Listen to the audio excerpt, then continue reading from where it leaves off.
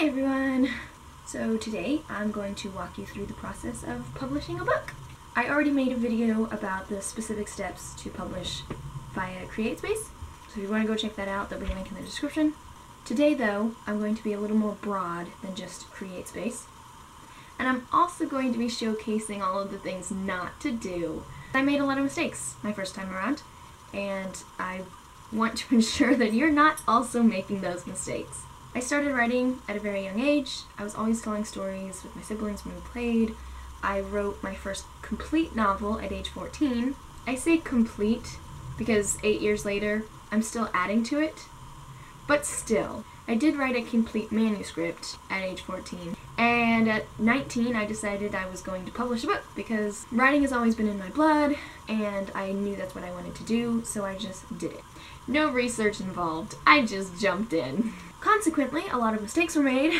I'm here to tell you what those were so that you don't make them. The first step, obviously, is to write a book. After you've done that, the next step is to find a publishing company, which requires research. You have to decide whether you want to go traditional or self-publish your book, which means you have to research both traditional and self-publishing and decide what works best for you. I did no research at the age of 19. I had heard of CreateSpace, so I published on CreateSpace. I chose self-publishing simply because I didn't want to have to go through the hassle of getting a traditional publishing house, which is a horrible reason to choose to do anything. With that being said, in the years since then, I have done research, and self-publishing is actually the route that I would have chosen if I had done the research originally, so it all worked out in the end. Now that you have done the research to choose whether you want to go traditional or self-publishing, guess what comes next? More research!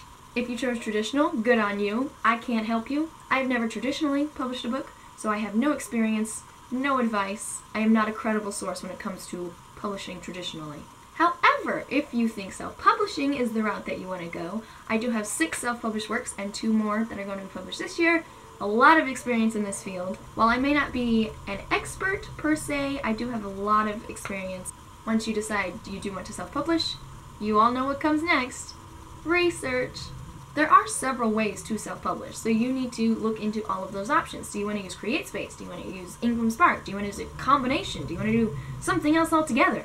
You have to research and know what your options are and then decide what works best for you. I chose CreateSpace, not for any researchy reasons, but because I was 19 and didn't have a clue, and that was the only one I'd heard of, so I just used it. However, in the years since then, doing research, I do actually really like CreateSpace, and I've continued to use it.